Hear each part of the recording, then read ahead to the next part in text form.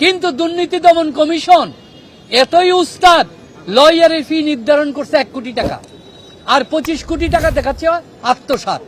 তো দুর্নীতি দমন কমিশন কে লয়ারের ফি নির্ধারণ করা?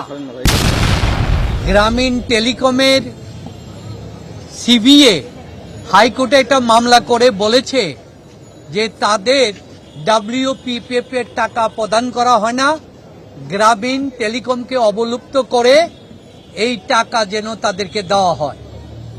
তখন আমরা গ্রামীণ টেলিকম দেখলো সরকার তো ভিন্ন কৌশলে এই প্রতিষ্ঠানটা তার হাতে নিয়ে যাচ্ছে।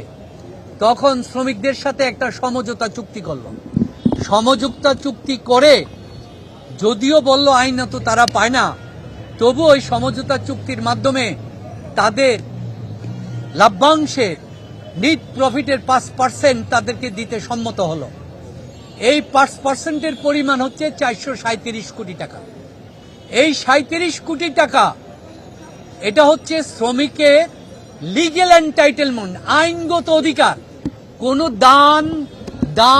দানা দীক্ষিত কোনো কিছু না। এই টাকাটা শ্রমিকদের অ্যাকাউন্টে, দুই পক্ষ মিলিতভাবে একটা সেপারেট অ্যাকাউন্ট হবে, এটাকে বলা হয় শ্রমিকদের অর্থ পার্টিসিপেশন অ্যাকাউন্টে জমা দেওয়া হলো। জমা দেওয়ার পরে এই শ্রমিকদের ভিতরে 156 জন টাকা গ্রহণ করলো, বাকি 4 জন মারা গেল, 4 জন বিদেশে আছে, তারাও পরবর্তীতে আবেদন করলো। ওইটাকে আবেদন করলো না, কিন্তু শ্রমিকরা বলল আমাদের লয়াররা দীর্ঘ 8 বছর খেটেছে এবং এই যে মামলাটা তুলতে হবে সেটেলমেন্ট এগ্রিমেন্ট হাইকোর্ট থেকে, যদি আমাদের অ্যাডভান্স, আমাদের টাকা থেকে যদি আমাদের অ্যাডভান্স দেওয়া না হয় তাহলে তো আমাদের লয়ার সই করবে না, মামলাটা উঠবে না। তখন আমাদের পক্ষের থেকে বলা হলো আমাদের তো টাকা না, টাকা তোমাদের, তোমরা আন্ডারটেকিং দাও।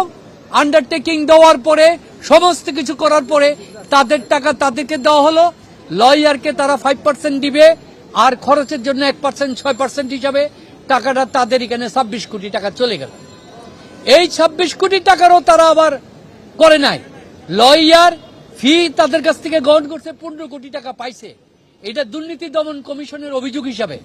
কিন্তু দুর্নীতি দমন কমিশন এতই উস্তাদ, লয়ারের ফি নির্ধারণ করছে 1 কোটি টাকা, আর 25 কোটি টাকা দেখাচ্ছে আত্মসাৎ।